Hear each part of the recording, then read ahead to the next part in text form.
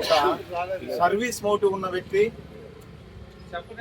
కేవీపల్లి మండలం పాత రొట్టెపల్లికి చెందిన ఎల్లయ్య 5 మంది దొంగలు హ్యాబిచువల్ అఫెండర్స్ అన్నమాట.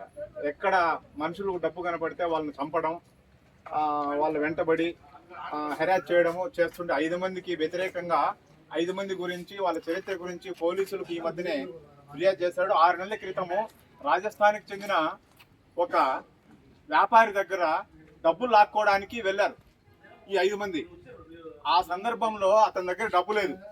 రాజస్థాన్లో ఉండే భార్య దగ్గర నుంచి ఫోన్ పేలో వేయించుకునేదానికి అతన్ని కింద పడేసి కత్తి మెడ మీద పెట్టి భార్యకు వాట్సాప్ కాల్ చేసి డబ్బును ఫోన్ పేలో వేయించుకున్నారు.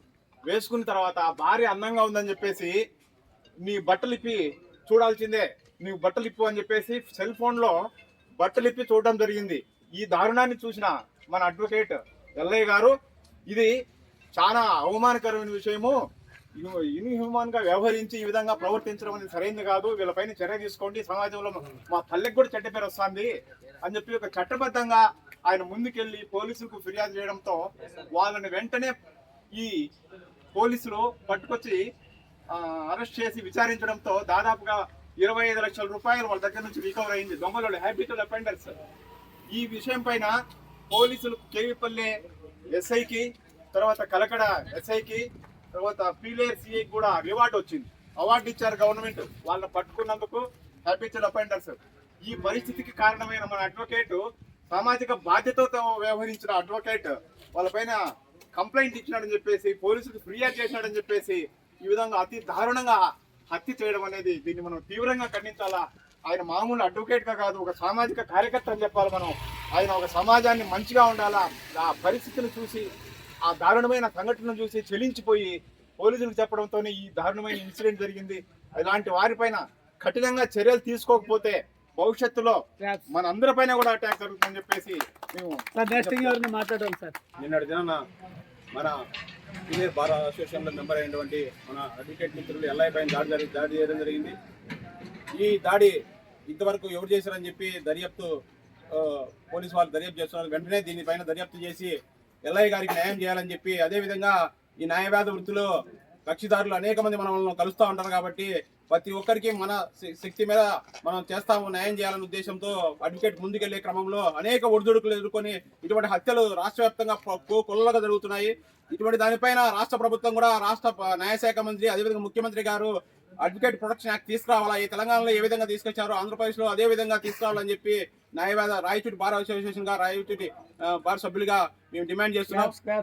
రేపు రాబో రోజుల్లో కూడా ఇటువంటి సంఘటన పునరావృతం కాకుండా మరి ఏ బార్లో కూడా ఇది జరగకుండా చేయాలని చెప్పి మరి రాష్ట్ర ప్రభుత్వాన్ని మేము డిమాండ్ చేస్తున్నాం. అదేవిధంగా ఎల్లయ్య గారు ఒక సామాజిక కార్యకర్తగా, ఒక బడుగు బలహీన వర్గాల ఒక న్యాయవాదిగా ఎదుగుతున్న క్రమంలో ఓర్వలేక ఈ విధంగా చేయడం కూడా చాలా దారుణం. దీనిపైన వెంటనే జిల్లా పోలీస్ యంత్రాంగం కానీ, ఈ విధంగా రాష్ట్ర ముఖ్యమంత్రి గారు కానీ చర్యలు తీసుకొని ఇటువంటి పునరావృతం కాకుండా చూడాలని చెప్పి తెలియజేస్తున్నాం. కాదండి, ఒక న్యాయవాద వ్యవస్థ పైన దాడి, ఒక బడుగు బలిగిన వర్గాల వ్యక్తి ఉన్నత శిఖరాలు చేరుకొని ఒక ఇంతలాగా మా అల్లుడు ఈశ్వరన్న చెప్పినట్టు మన బార్ అసోసియేషన్లు అన్ని ఏకగ్రీవంగా అతనికి ఏమన్నా మన బార్ అసోసియేషన్ తరఫున డబ్బులు వచ్చినా కూడా వాళ్ళు, ఎందుకంటే వాళ్ళ కుటుంబం అనాథ అయిపోయింది, ఏమన్నా అట్లా ఏమన్నా అవకాశం ఉంటే కూడా అందరూ ప్రయత్నం చేసి ఆ కుటుంబాన్ని ఆదుకుంటారని అసోసియేషన్ లో ఈ రోజు కోర్టులో అప్లైన్ చేస్తున్నారు, కోర్టు విధులను బహిష్కరిస్తున్నారు. ఎందుకంటే మన న్యాయవాద వ్యవస్థ మీద, న్యాయవాదుల మీద కొన్ని దాడులు జరుగుతున్నాయి. అలాగే నిన్నటి దినము పీలేరు బార్ సభ్యుడైనటువంటి ఎల్లయ్య గారి మీద దాడి జరిగి అతి కిరాతకంగా అతన్ని హతమార్చడం జరిగింది. సో ఇట్లాంటి వాటిని మనం అరికట్టాలి. అలాగే బద్వేల్లో కూడా మొన్నటి దినంలో వాళ్ళ ఇంటి మీద దాడి చేసి కూడా కొద్దిగా చేయడం జరిగింది. సో ఈ విధంగా మన రాష్ట్రంలో ఈ విధంగా జరుగుతూ ఉన్నాయి. ఎంతవరకు ప్రొటెక్షన్ చేస్తూ ఉన్నా కానీ, మనం రక్షించుకుంటా ఉన్నా కానీ జరుగుతూనే ఉన్నాయి. దీనికి ప్రత్యేకమైన చట్టం రావాలి. అలాగే తెలంగాణలో ఒక చట్టాన్ని మొన్ననే బిల్ పెట్టారు, ఏదంటే అడ్వకేట్స్ ప్రొటెక్షన్ యాక్ట్ కింద తయారు చేశారు. అదేవిధంగా ఆంధ్రప్రదేశ్లో కూడా మన న్యాయశాఖ మంత్రి గారు, అలాగే మన చంద్రబాబు గారు కూడా దీనిపై వెంటనే స్పందించి త్వరతగతిన చేసేలాగా దీని మీద బిల్లు రావాలి, ప్రొటెక్షన్ యాక్ట్ రావాలి. అలాగే దాని బార్ సభ్యులైనటువంటి బార్ ప్రెసిడెంట్ అయినటువంటి రమేష్ రెడ్డి గారు కూడా దీని మీద వెంటనే ఒక చర్యగా తీసుకొని దీన్ని కూడా రిప్రజెంటేషన్ కింద కొంత ఒత్తిడి తీసుకురావాలని ప్రెసిడెంట్ గారికి కూడా ఈ విధంగా నేను తెలియజేస్తున్నాను. ప్రతి వ్యక్తి కోర్టులోకి వచ్చేవాళ్ళు ప్రతి ఒక్కరికి సాయం చేయాలనే న్యాయవాది ప్రయత్నం చేస్తాడు. ఈ క్రమంలో కొంతమంది శత్రువులు పెరిగేదానికి అవకాశం ఉంది. వాళ్ళ నుండి న్యాయవాద వ్యవస్థను కాపాడడానికి బలమైన చట్టం ఉండాలని తెలంగాణ వాళ్ళు ముందుగా గుర్తించారు. అదేవిధంగా మన చంద్రబాబు గారు తొందరపడి అమరావతి బిల్లు తెచ్చిన వాయువేగంతో తెచ్చాడు. అదేవిధంగా వాయువేగంతో మన న్యాయవాదుల ప్రొటెక్షన్ యాక్ట్ కూడా అమలు చేయడానికి ప్రయత్నం చేయాలని కోరుకుంటూ ఈ పత్రికాముఖంగా తెలియజేసుకుంటున్నాం. గవర్నమెంట్ తక్షణ చర్య తీసుకొని న్యాయవాది అయిన ఎల్లయ్య కుటుంబానికి అదేవిధంగా బాధితులను వెంటనే అరెస్ట్ చేసి వాళ్ళను ఎంత వీలైతే తొందరగా జైలు పంపించడానికి ప్రయత్నం చేయాలని కోరుతాను.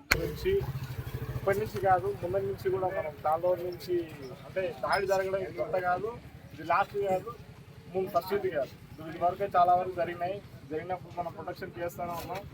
కేవలం పోతుండండి ఫోటో తీసుకొని వెళ్ళిపోతున్నాం. ప్రొటెక్షన్ మనం చూసుకోకపోతే గవర్నమెంట్కి ఏం పెట్టదు. కాబట్టి రిపోర్ట్స్ అన్ని పోతూ ఉంటాయి.